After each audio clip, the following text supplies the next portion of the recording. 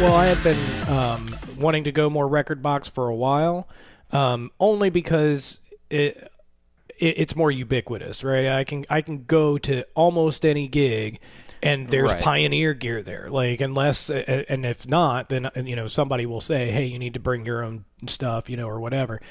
And so, I mean, I ended up selling my SL1, my SL3. Like, I've sold all of my Serato stuff except for the SZ, and I don't ever take that. That has never left my studio. Yeah. So, if the only place that I use Serato is at home, but everywhere else I can use Rekordbox, then what am I doing here? Yeah. Like, you know what? Why haven't I already made that switch? And I kept pining over it, and it's like, it's $100 and however many dollars without DVS, So like, Right. DVS is extra, so that was always a prohibitive thing for me too. And it was just like, for the half a dozen gigs that I play, like per year, like not so much. Yeah. Ultimately, I want to get into playing again more often to justify that cost. But even DVS, it's just something that I do at home now. Nobody ever has techniques at a gig anymore.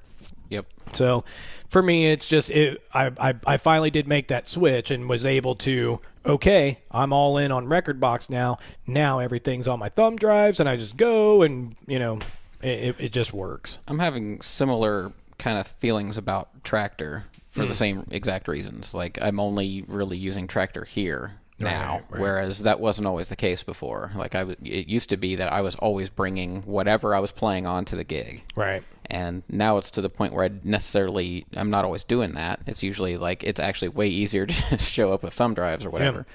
But at the same time, like, I'm kind of a Traktor fanboy. I like Traktor, and it's part of the experience for me is using what I like and all that kind of stuff.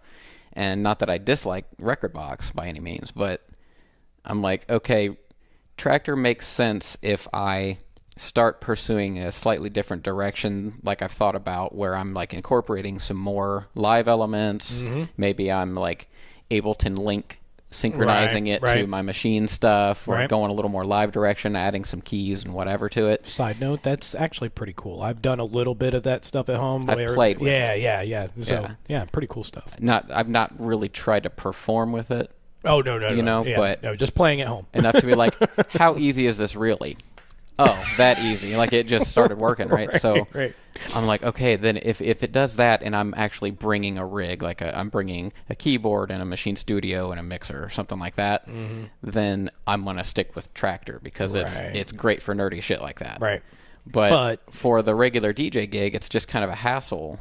So now it's like what I end up doing is going into my Traktor stuff that I play at home, and then I export whatever playlist and take that music out, put it in a Rekordbox, and bring that so that I don't risk leaving my $2,000 laptop at the gig or something. Right. And so that's the other side of it too, is that one of the things that I was looking at was like the XDJ, is it RX2 or the one that's all standalone. Now I was looking at that too, because I mean, thankfully, finally things are starting to move to those all-in-one units, and I think a bunch of us have been waiting for that for a long time. But then again, if it's going to be a Pioneer setup, it's all going to be in Rekordbox. There's virtually no difference between that and then my SZ with my MacBook. I prepare it, and then I take the thumb drive with me, because I'm not going to take that thing out to a gig. Yeah. So if they've already got Pioneer gear. So it's why spend yourself into a problem where you are losing two channels and so that's the thing. Like, feature for feature, it seems like a downgrade when you come from the world of, like, even something for me, it was like Control S8, or even before that, Control S4. Right. Okay, Control S4 was like, what, $500 or something, roughly, whatever it was when it came out, and I used that for a million years, and I could do like perfect looping every time without even thinking about it. I didn't even like do any track prep. I just trusted that it was going to work because it did. Right? Like, and like the effects were great, and I liked everything about it. And it was 4 channels, and then they added remix decks and stems and all that stuff, and they gave functionality to the older controllers to do that stuff. Right.